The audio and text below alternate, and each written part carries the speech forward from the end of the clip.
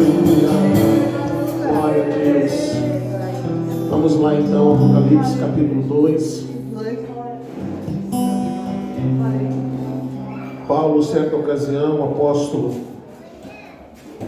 foi ministrar numa das suas congregações.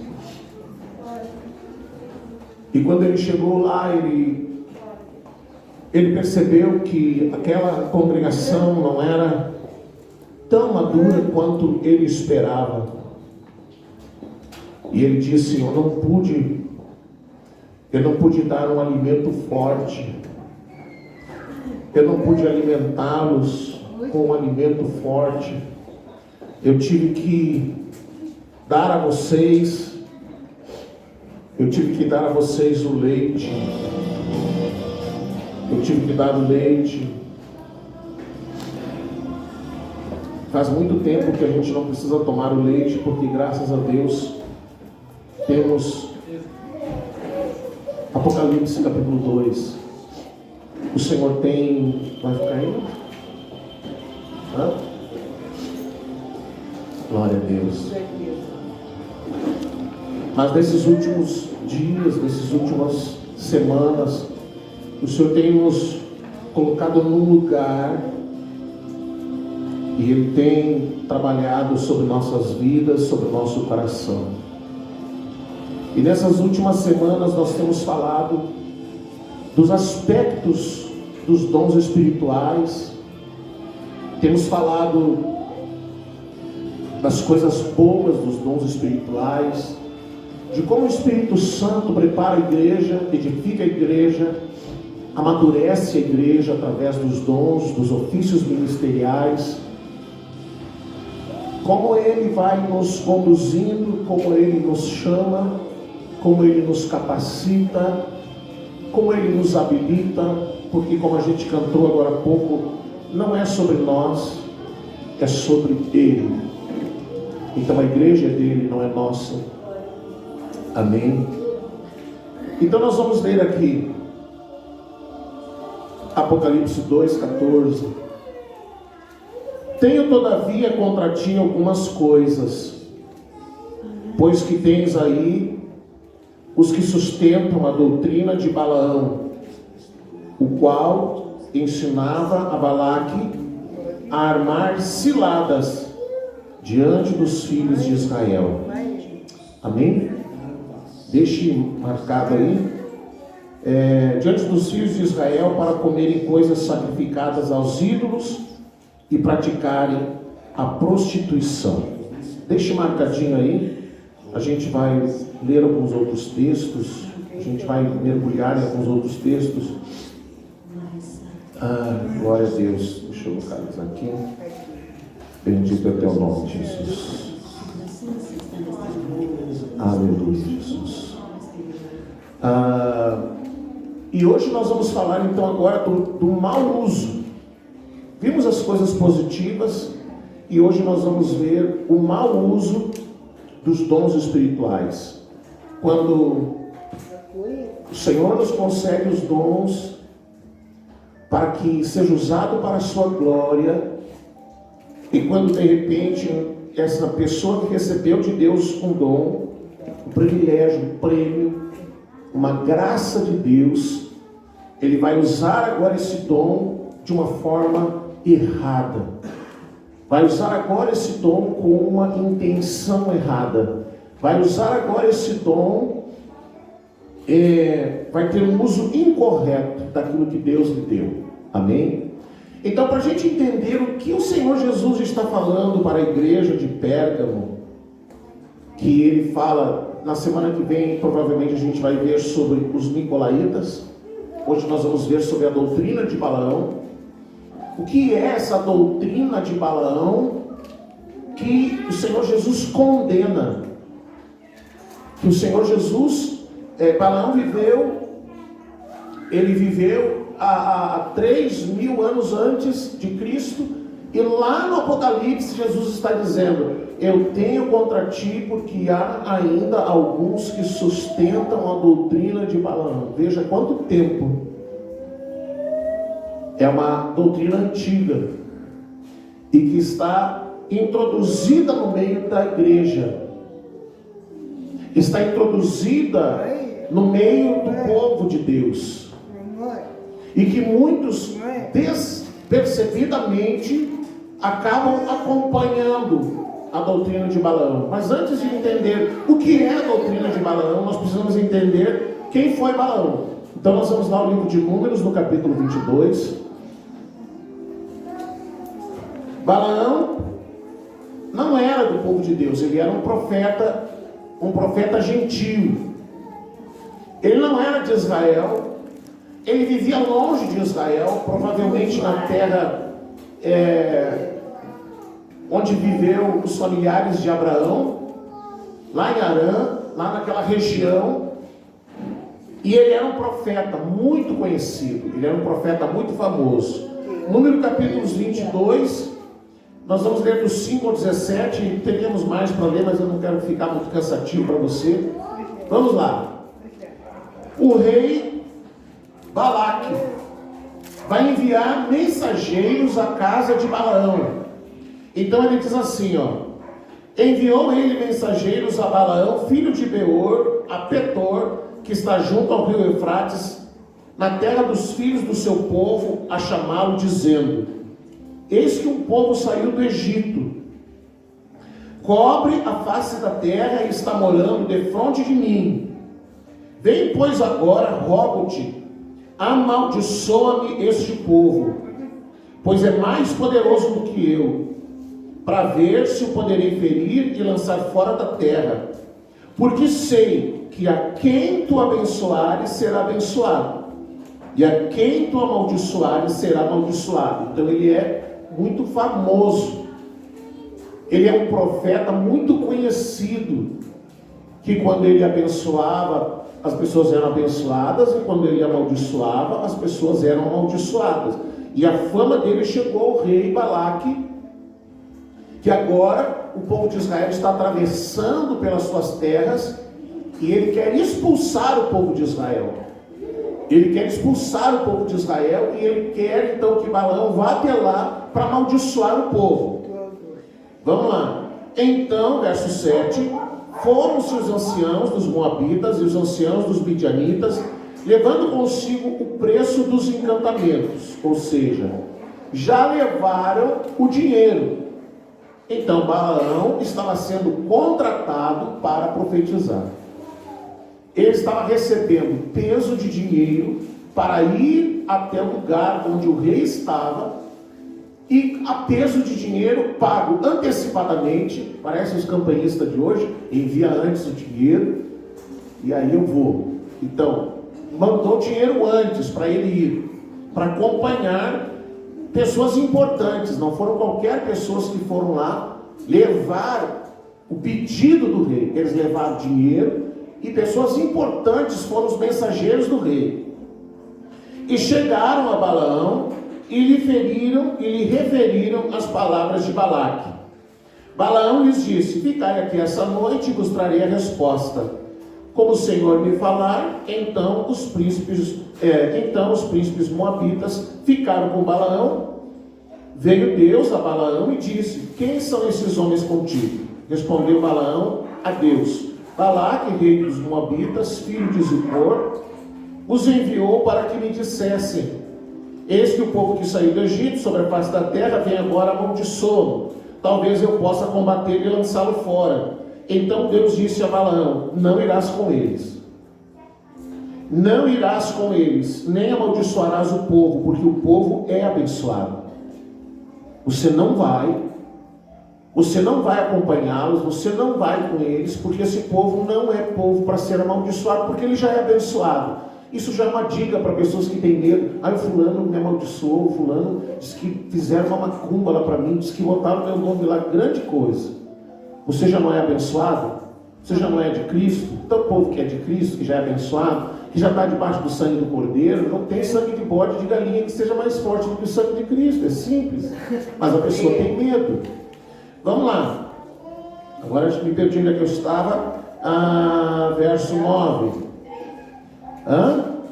Já estava no 13? Não, era no 9.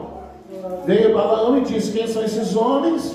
Tá, eis que o povo saiu, já estava no 13, levantou-se Balaão pela manhã e disse aos príncipes de Balaque, verso 13: tornai a vossa terra, porque o Senhor recusa deixar-me ir convosco.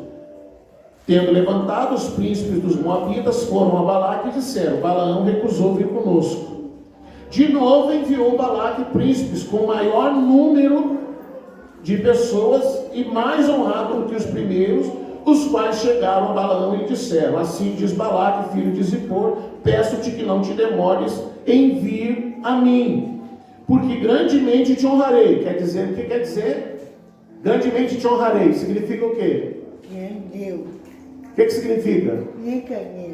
Eu vou te dar mais dinheiro, eu vou te dar mais grana, grandemente te honrarei. Eu já mandei o dinheiro, eu vou te dar muito mais, mas você tem que vir. Então ele diz lá: grandemente te honrarei e farei tudo o que disseres. Vem, pois, rogo-te, amaldiçoa-me este povo. Deus disse para ele não ir, e a gente vai ver ali no verso 21, assim, ele levantou de manhã e diz assim, então Balaão levantou-se pela manhã, abarcou sua jumenta e partiu com os príncipes de Moabe, e acendeu-se a ira de Deus porque ele se foi. Não era para ir. Por que Deus estava dizendo para ele não ir? Porque Deus conhecia o coração de Balaão. Deus sabia que Balaão era ganancioso.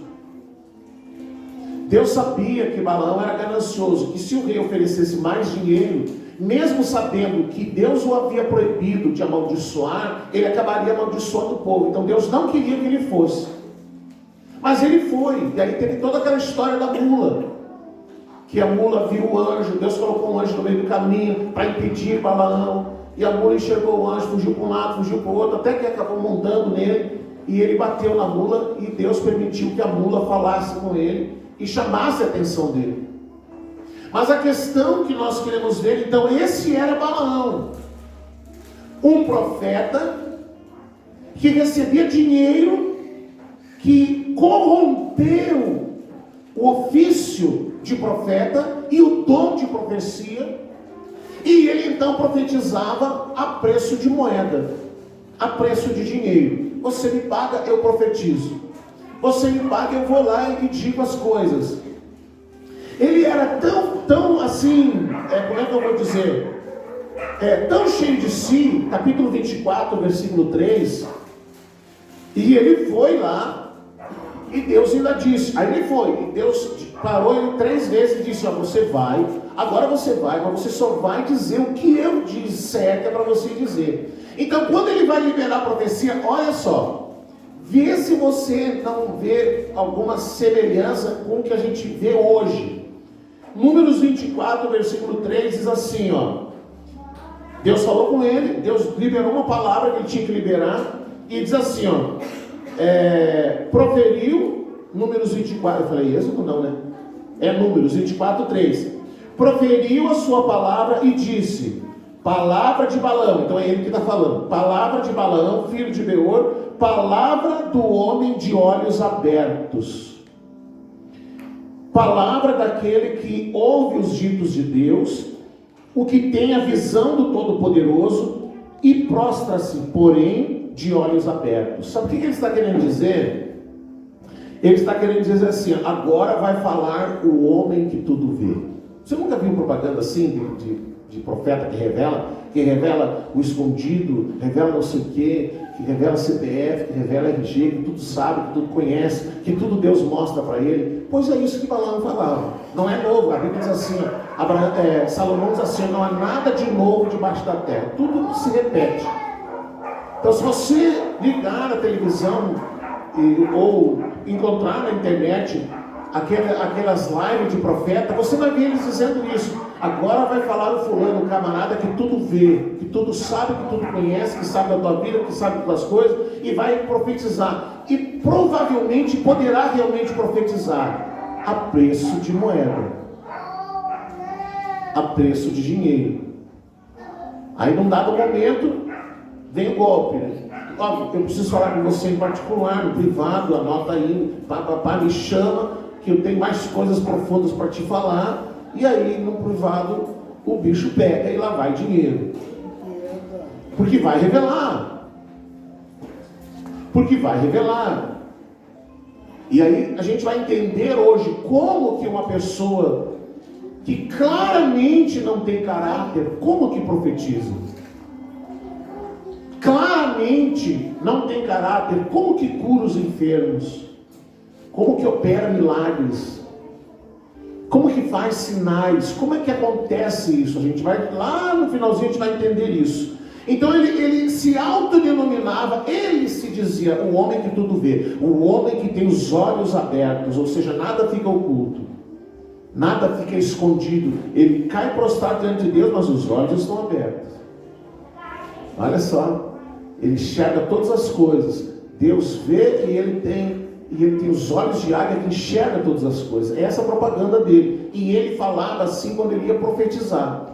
Quando ele ia iniciar a profecia, ao invés de dizer que Deus está falando, ele diz: agora vai falar o homem que tudo vê. É por aí. Mas então ele foi para Israel, ele foi lá para Midian, com a missão de amaldiçoar o povo de Israel. Por 3 vezes ele tentou amaldiçoar. Cada vez mais o rei ia oferecendo coisas, e cada vez que ele ia profetizar, ele ia falar com Deus, e Deus dizia: não, você não vai amaldiçoar, você só vai dizer o que eu estou dizendo. Então ele chegava lá na hora e abençoava o povo de Israel, e decretava a derrota dos midianitas. Por 3 vezes. Na terceira vez que ele vai profetizar, ele profetiza até a morte dele.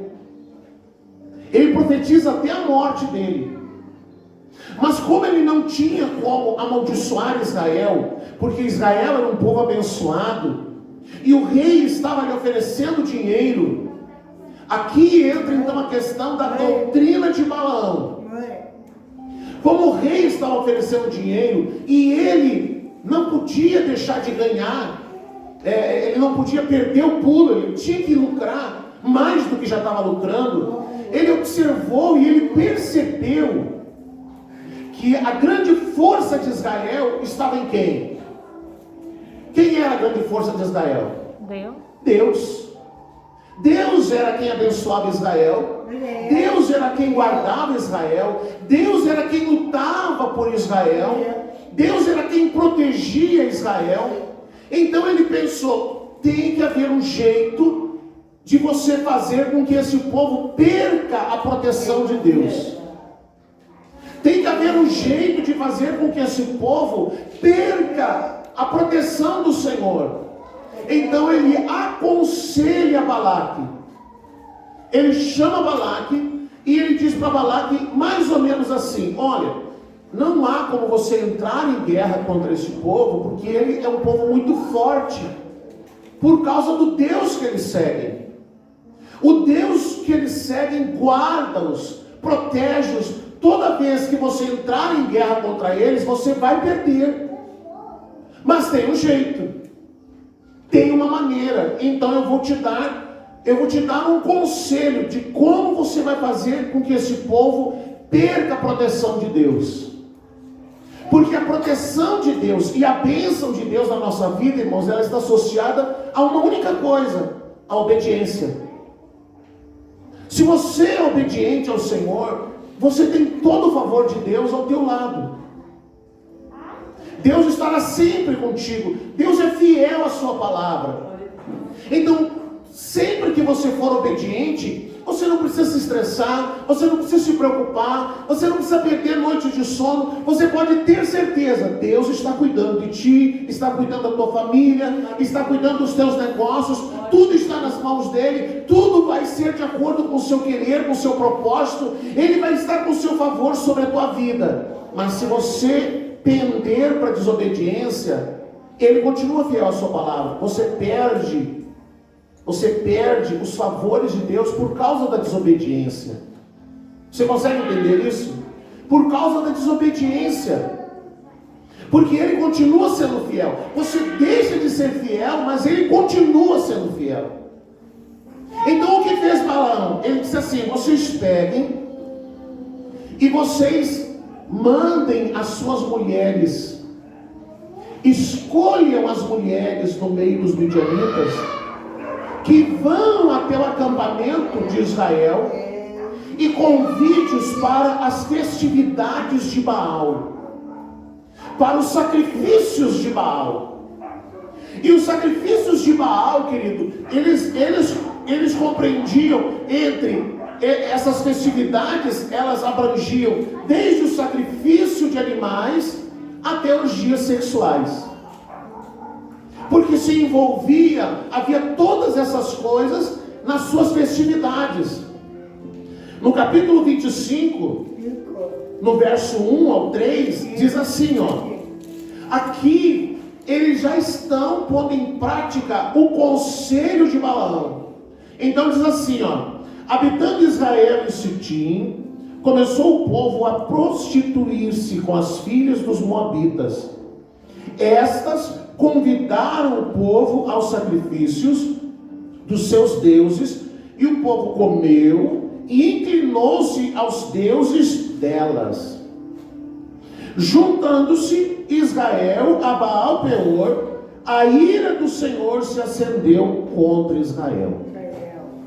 Veja só, então eles chamaram, ele criou uma estratégia de colocar uma pedra de tropeço no caminho do povo de Israel, para colocar ciladas que os forçassem a desobedecer a Deus. Então eles colocaram mulheres no meio do povo que seduziram esses homens para irem aos sacrifícios, para comerem das coisas sacrificadas e para se prostituírem com essas mulheres, para deitarem-se com essas mulheres, para terem relações íntimas com essas mulheres.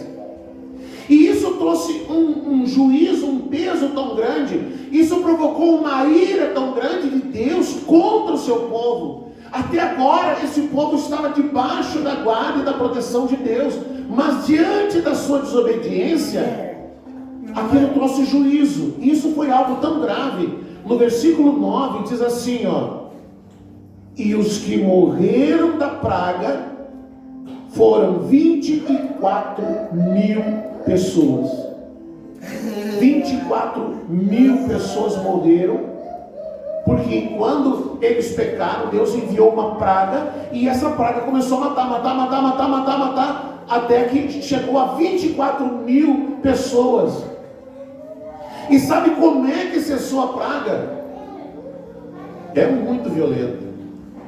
A palavra diz que eles pegaram um homem de Israel, verso número, verso 6, 25, 6. Eis que um homem dos filhos de Israel veio e trouxe a seus irmãos uma midianita perante os olhos de Moisés e de toda a congregação dos filhos de Israel, e enquanto eles choravam diante da tenda da congregação, vendo isso, Finéias, filho de Eleazar, o filho de Arão, o sacerdote, levantou-se do meio da congregação e, pegando uma lança, foi após o homem israelita até o interior da sua tenda e o atravessou ao homem israelita e à mulher, ambos pelo ventre. Então cessou a praga sobre os filhos de Israel. Eles estavam numa relação íntima. Finéias, tomado de uma ira de Deus, tomado de uma ira do Senhor, que é uma coisa que a gente hoje, na nossa mentalidade ocidental, a gente, meu Deus, que coisa triste, e a praga destruindo. Finéias pegou uma lança e atravessou os dois, matou os dois, cessou a praga. Houve morte, houve choro, houve pranto, houve tristeza, houve desespero. Mas por que houve tudo isso? Por causa do conselho de Balaão. Essa é a doutrina de Balaão. A doutrina de Balaão consiste em criar pedras de tropeço, em colocar ciladas, em misturar o santo com o profano. Misturar o santo com o profano. Então, o que é que Jesus está condenando? Porque essa doutrina de Balaão, a finalidade da doutrina de Balaão, está exatamente em afastar a pessoa de Cristo. Você quer ver o que aconteceu? 31, Números 31, versículo 15 e 16. Disse-lhes Moisés: deixaste viver todas essas mulheres? Eis que estas, por conselho de Balaão, fizeram prevaricar os filhos de Israel contra o Senhor, no caso de Peor, pelo que houve praga entre a congregação do Senhor. Então Moisés está falando do conselho, por causa do conselho de Balaão, verso 16. Eis que estas, por conselho de Balaão, fizeram o povo pecar. Números 25, verso 1. Habitando Israel em Sitim, isso aqui já li, e o 9 também, tá, muito bem. Essa é a doutrina de Balaão. Essa doutrina, ela é citada 3 vezes no Novo Testamento. Eu vou fazer questão de ler as 3 vezes, porque são 3, vamos ler 2 Pedro 2,15. 2 Pedro 2,15. Pedro. 2 Pedro 2,15. E abandonando a avareza, abandonando o reto caminho, se extraviaram, seguindo pelo caminho de Balaão. Se extraviaram, seguindo pelo caminho de Balaão, filho de Beor, que amou o prêmio da injustiça. Recebeu, porém, castigo da sua transgressão, a saber, um mudo animal de carga, falando com voz humana, refreou a insensatez do profeta. Qual foi a questão de Balaão? Recebeu o castigo, porém, amou o prêmio da injustiça. Amou o prêmio da injustiça. Judas, ali um pouquinho antes de Apocalipse, só tem um capítulo, então é o verso 11. Judas 11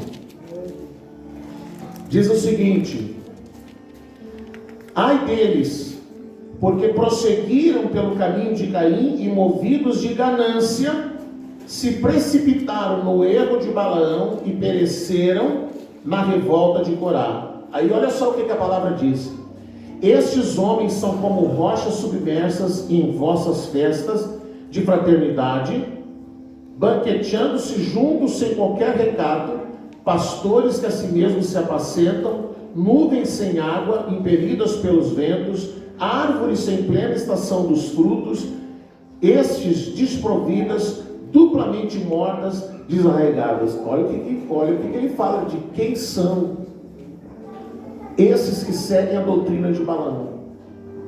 Então, o que consiste a doutrina de Balaão? Consiste em você tirar a pessoa de Cristo, você tirar a cabeça do corpo, que é Cristo. Nós vamos ver na semana que vem que a doutrina dos nicolaítas afeta o corpo, mas a doutrina de Balaão afeta a cabeça, que é Cristo. Tirar a pessoa de Cristo. Então o que é tirar a pessoa de Cristo? Que Jesus chama de falso profeta, de cão guloso. É você misturar. Tá certo, Cristo morreu na cruz, mas você precisa ter um negócio, um ponto de contato. Você precisa ter um negócio para ajudar. Você precisa ter alguma coisa a mais. Você precisa de algo mais. Então, você está endividado com problema, você precisa de uma fogueira santa.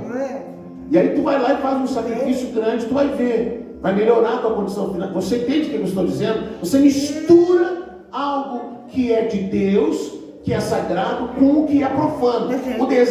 O objetivo é corromper o que é santo.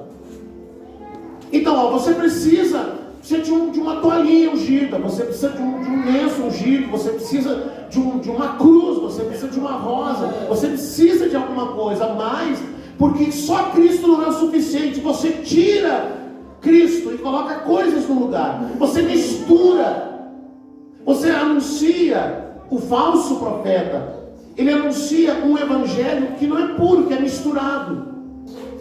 Você lembra quando nós estudamos sobre o fermento escondido no meio da farinha? E você lembra quando a gente estudou sobre o fermento dos fariseus? Doutrinas que se misturavam, que cresciam, que levedavam no meio do povo. onde você mistura o evangelho, coisas que vão fazer estragar, que vão corromper, e a pessoa não vai se apegar a Cristo, vai se apegar a uma coisa. Você leva essa toalhinha aqui, e aí a pessoa se apega à toalhinha, ela não se apega a Cristo. Você precisa fazer tal coisa. A pessoa, se você disser para ela, entra no teu quarto e ora, que é uma coisa tão simples, a pessoa dizer, mas é só isso? Não tem uma toalhinha, não tem que ir em tal lugar, não precisa fazer um sacrifício maior, não precisa trazer um voto, não precisa fazer uma promessa, não precisa fazer trazer um sacrifício. Não, entra no teu quarto e ora. É muito simples. Mas aí é simples demais para quem está acostumado com a doutrina de Balaão, onde tudo consiste em acrescentar algo mais do que aquilo que Cristo já ofereceu. Ele já pagou o preço, nós não precisamos pagar preço de nada. Ele já morreu na cruz por nós, nós não precisamos sofrer por mais nada. Nós não precisamos pagar um novo preço, nós não precisamos de uma nova penitência, nós não precisamos fazer mais nada, porque tudo Jesus já fez. Então a doutrina de Balaão tira a mente, tira a cabeça que é Cristo e coloca outras coisas. Ali diz em Apocalipse que a doutrina de Balaão tem tudo a vida contra ti, algumas coisas, pois que tens aí os que sustentam a doutrina de Balaão, o qual ensinava Balaque a armar cilada diante dos filhos de Israel para comerem coisas sacrificadas aos ídolos e praticarem a prostituição.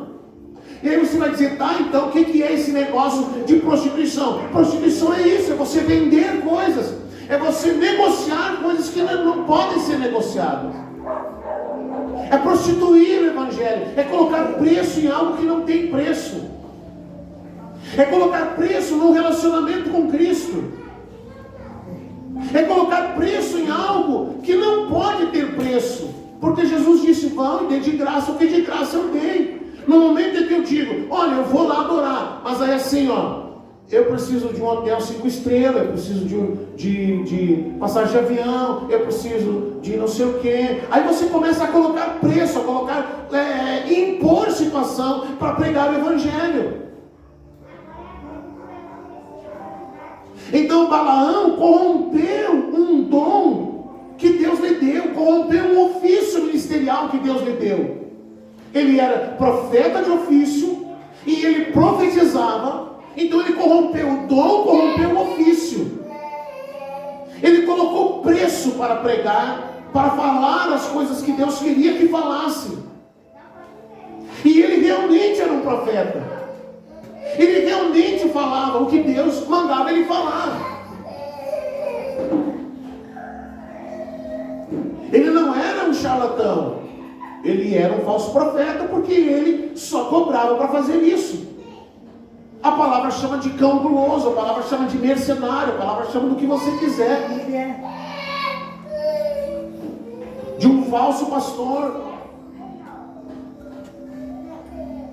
E aí, olha o que aconteceu com Balaão. O que aconteceu com Balaão? Josué capítulo 13. Deus trouxe juízo sobre os midianitas. Eles conseguiram fazer o povo pecar. Eles conseguiram retardar o que Deus queria fazer.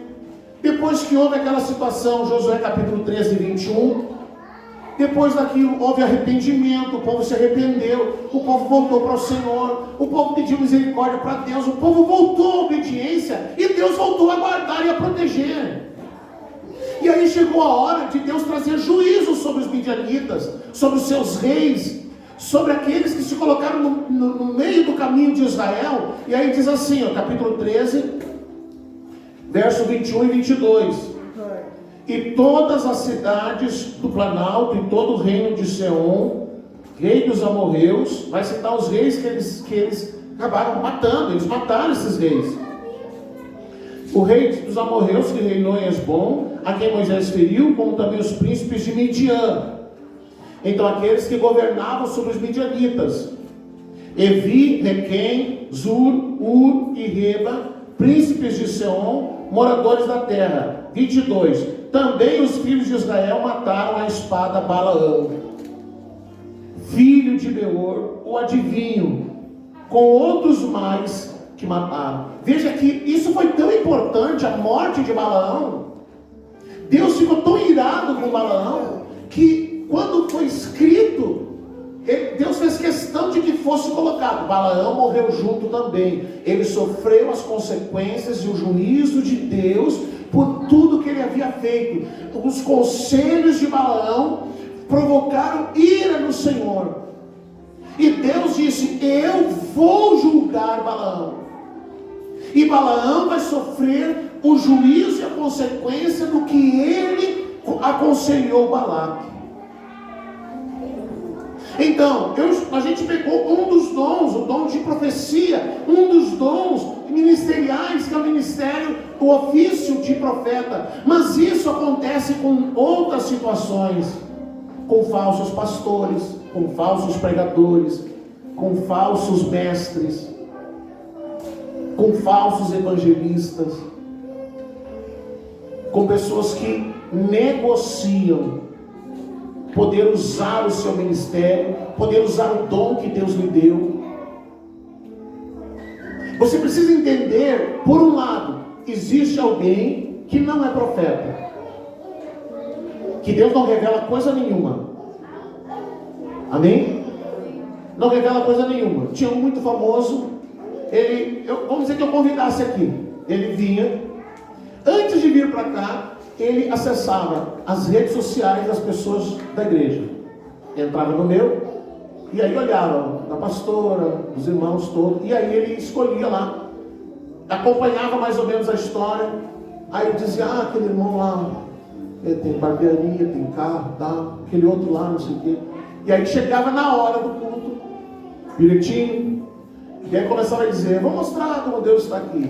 Deus me mostrou, eu quero falar do irmão. Esse irmão, ele usava o cabelo assim. E olha, Deus abençoou tanto ele, que ele abriu uma barbearia. E aí começa a falar. E aí a pessoa que não sabe, que pensa que ele é profeta, começa a chorar e diz: meu Deus, está revelando mesmo. Ultimamente esteve doente e tal, mas Deus livrou ele. E aí pronto, ganhou a congregação inteira. Esse era mentiroso. Esse ia nas igrejas e ele ganhava muito dinheiro fazendo isso. Entrava nas redes sociais e aí revelava 3, 4, 5 e pronto. Ganhava muito dinheiro com isso, até que descobriram. E aí ele foi desmascarado. Então existe o falso profeta, que é falso porque ganha dinheiro mentindo. Ele é um charlatão, ele mente. Ou é aquele que ele faz uma profecia muito, muito genérica. Deus está me mostrando que tem uma mulher sofrendo aqui, que ela está com problema no casamento. Ou você está num país que todo mundo quase tem problema de casamento, e aí a irmã está lá e começa a chorar: Deus me revelou. Deus me revelou, sou eu. Porque o marido bebe. Pronto, quase todo mundo tem problema com isso.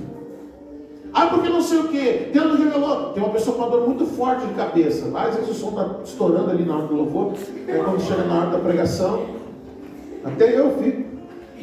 Mas essa pessoa vai e profetiza o genérico, você entende? Mas esse não é um profeta, é um falso profeta, porque ele inventa, ele profetiza o genérico, ele profetiza coisas que não existem. Ele olha assim no meio de uma multidão, ele joga coisas e sempre vai ter alguém para acreditar.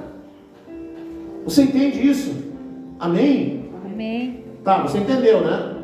Mas aí existe o falso profeta no sentido de Balaão, que é profeta, que profetiza mesmo, que fala mesmo, que descobre mesmo a verdade, que relata mesmo o que está acontecendo, mas que é falso porque vende o dom. Você consegue entender a diferença? Olha, eu vou te mandar o dinheiro antes. Eu vou. Teve uma vez que eu convidei para ir na igreja, e ele disse assim: se os irmãos doarem carro, quantos carros você quer ficar? Muito conhecido, poderoso para falar em finanças. E aí eu botei umas respostas lá, ele nunca me respondeu de volta. Se der tantos, quanto por cento eu posso levar? tudo negociado antes. Você está entendendo? Eu vou até cantar, você tem que me vender tantos CDs. Ou você me paga tantos CDs. Se tu não vender, o problema é teu, você tem que me ficar com tantos CDs. Você fica com tantos CDs. Você consegue acompanhar? Então, negocia. Deus deu um dom. Meu Deus, a pessoa põe a mão e as pessoas são curadas. E os milagres acontecem. Mas ele está negociando o que é inegociável.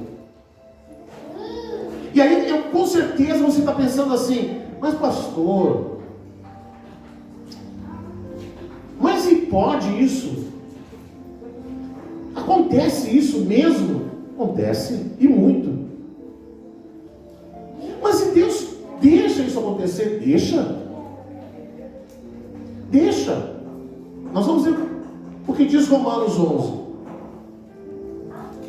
Romanos 11, 29. Olha só.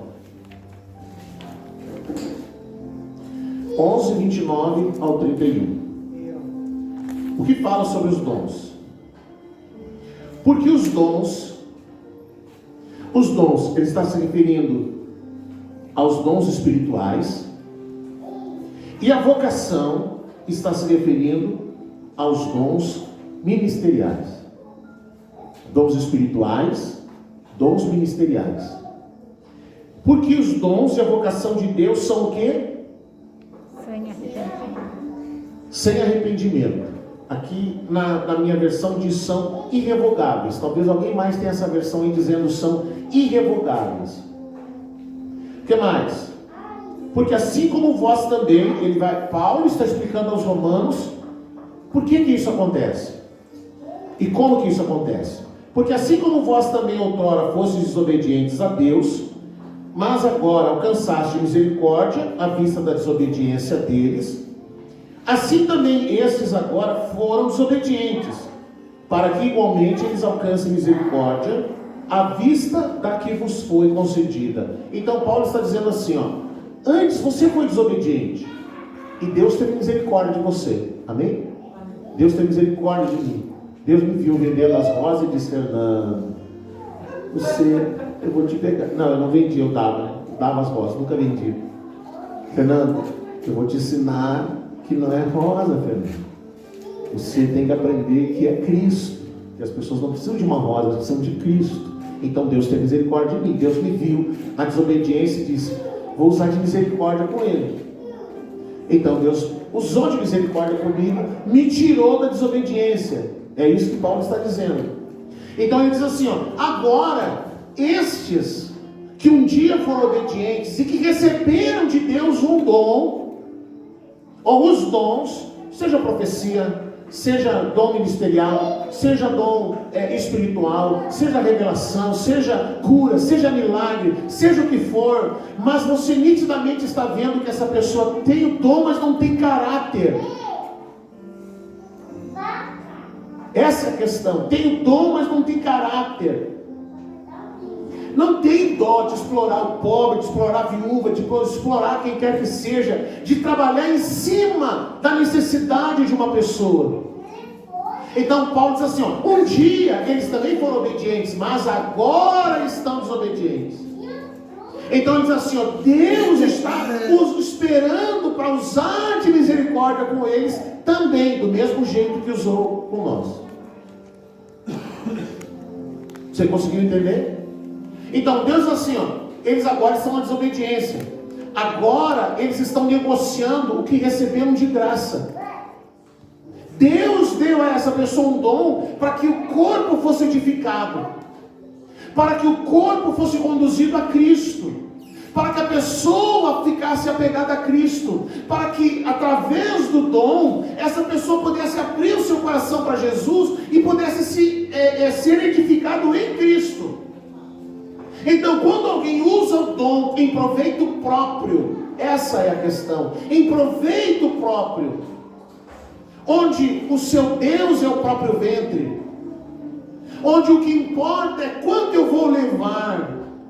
Teve uma vez um camarada que que a gente teve que levar. E primeiro dia ele entrou no carro, não deu 5 minutos, ele perguntou: quanto foi que o cara que mais arrecadou levou? Se eu contar para vocês vão dizer: meu Deus. Aí a pastora disse: o que é isso? Uma vergonha, rapaz, o que é isso? Não importa. Ele queria ver assim, dizer: bom, se o fulano arrecadou tanto, eu vou arrecadar mais. Então Deus dá um dom. Para quê? Para que o corpo seja edificado, proveito próprio, para que o corpo seja levado a Cristo, para que a igreja seja edificada, para que a igreja seja abençoada, para que a igreja amadureça, vendo a manifestação dos dons, para que a igreja se volte para Cristo, porque a igreja é de Cristo. Mas quando eu pego esse dom que Deus me deu, seja qual for ele, e aí eu começo eu permito que esse dom seja corrompido, e eu começo a negociar a peso de dinheiro para pregar, para ensinar, enfim, para anunciar o Evangelho, eu estou corrompendo o dom que Deus me deu. Eu estou cobrando um preço para fazer o que Deus me dá de graça. Mas se aquela pessoa não tiver caráter, porque o que trabalha no nosso caráter, qual é a parte que trabalha no nosso caráter?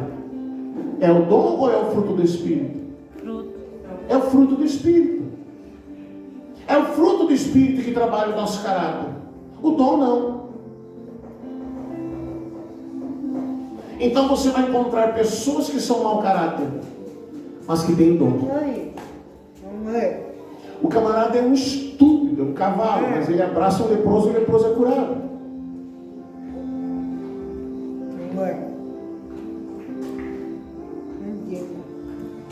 Você consegue entender?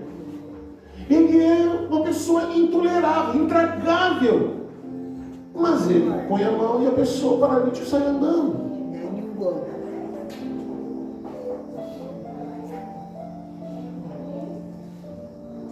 E aí Jesus fica olhando. E aí a palavra chama de falso profeta. A doutrina de Balaão, porque a pessoa está usando o dom para levar a pessoa para longe de Cristo. Porque você foi curado por causa dessa igreja. Porque você foi curado por causa desse pastor. E aí você tem que ficar com esse pastor. Você não precisa ficar com Cristo, você tem que ficar com esse pastor. Você tem que ficar nessa denominação. Você tem que seguir essa instituição.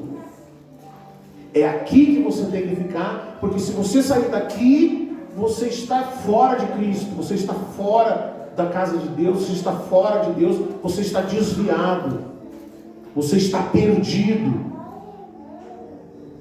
Você mistura. Isso se chama pedra de tropeço. E isso explica por que nós temos mais de 50 milhões de evangélicos no Brasil e isso não serve para nada. Porque a grande maioria está seguindo pedra de tropeço. Não está firmado em Cristo. Não está enraizado em Cristo. Não está apaixonado por Cristo. E isso você encontra em todos os lugares.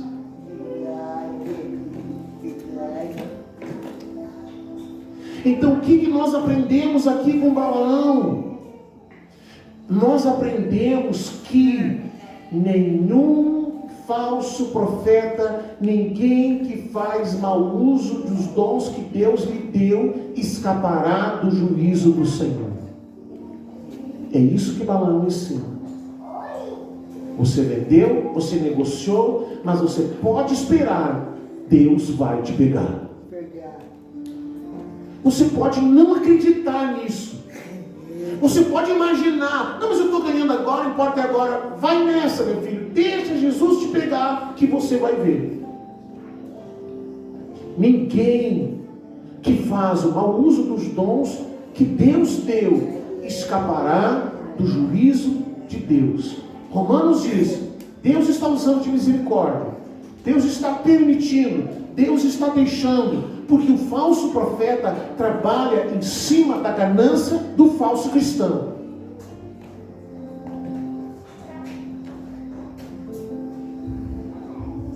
A pessoa diz assim: eu dei 2 milhões para a igreja, agora eles não querem me devolver, porque eu vendia livro, porque eu fazia isso, porque eu fazia aquilo, agora eu estou endividado, estou sem dinheiro, eu quero que eles me devolvam 2 milhões. E aí vieram me mostrar a matéria, eu disse: mas enquanto estava lá comendo, bebendo às custas da igreja, explorando a ganância da instituição, a igreja servia. Porque a instituição é gananciosa e aquele camarada também é ganancioso. Então os dois gananciosos sugavam o povo. Agora não está mais lá, quer o dinheiro de volta. Porque lá para eles não importa. Não importa não, você ficou lá tantos anos, você sabe que é assim. Um ganancioso enganando o outro ganancioso. É assim que funciona.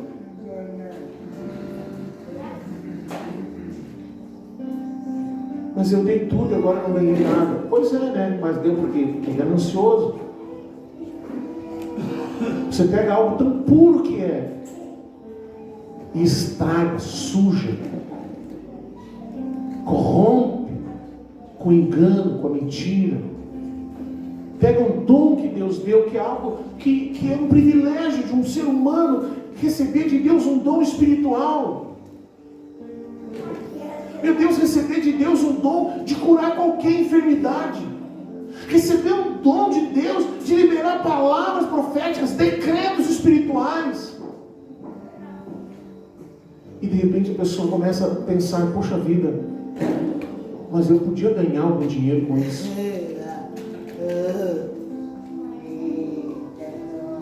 Eu podia ganhar algum dinheiro com isso. Aí quando eu lembro que a gente foi 2, 3 anos para o Uruguai, e às vezes eu pagava para ir lá pregar, porque nem oferta a gente recebia. Maurício foi comigo uma vez, com a Maurício amigo. Acampava na casa de um, acampava na casa do outro, e a gente tinha que pôr a gasolina no carro, a gente tinha que pagar tudo para ir lá ministrar. O Elcio foi também, viu como é que era?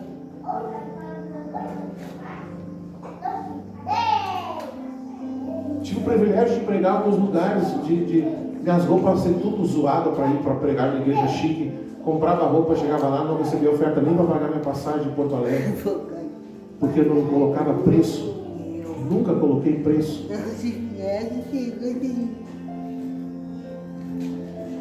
Porque a gente não pode negociar o Evangelho.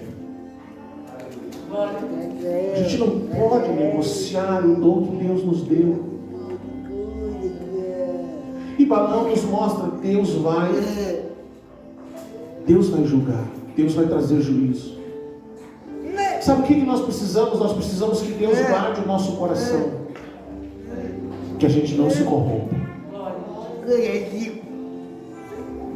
que a gente nunca se atreva a negociar, que a gente nunca se atreva a negociar o que Deus tem nos dado.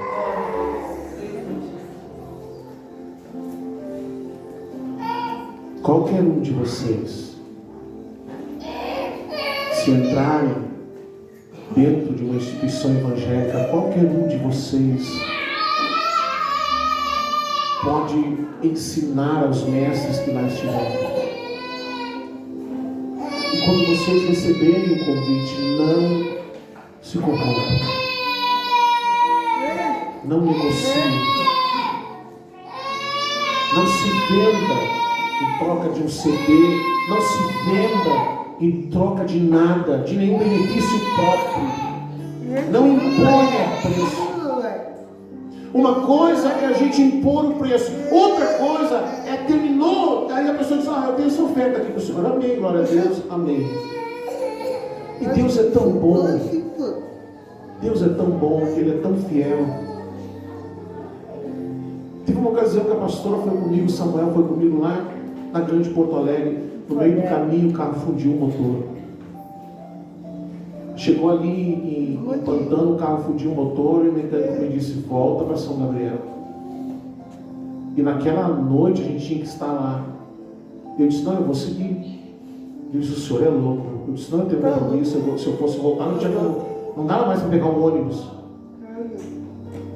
Eu gastei 30 litros de óleo para ir a Porto Alegre e voltar. 30 litros de óleo. Andava 150 quilômetros, botava 3, 4 litros de óleo. Andava mais 100 quilômetros. O carro parecia sinal de fumaça, assim, todo mundo passava.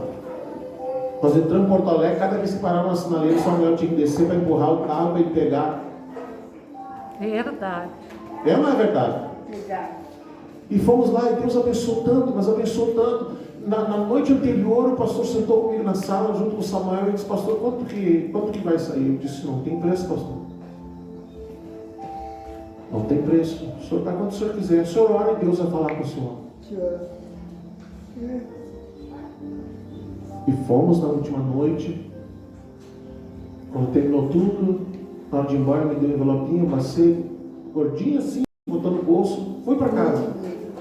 Empurrando o carro, parei no posto, enchi de óleo e disse para o pastor, espere na porta, que eu não posso nem desligar o carro. Se eu desligar, tem que empurrar de novo. E aí viemos. No meio da viagem, a gente conversando, contando, aí a gente lembrou, disse, mas o pastor tem uma oferta, né? Vamos ver quanto tem de oferta. Aí nós abrimos o envelope e tinha quase 3 mil reais de oferta. Abençoei o Samuel, paguei o restante, consertei o carro. Deus é fiel. Você não precisa negociar. Você não precisa vender, nem se vender. Você precisa orar para que Deus guarde o teu coração. Que você não se deixe vender. Que você não se deixe negociar. Se Ele te deu um dom, use esse dom, use para Cristo. Aponte para Cristo. Nós não somos nada. Quando eles perguntaram para João Batista, tu és o Cristo? João Batista disse, não, eu não sou o Cristo. Ele é o noivo. Eu não sou o noivo.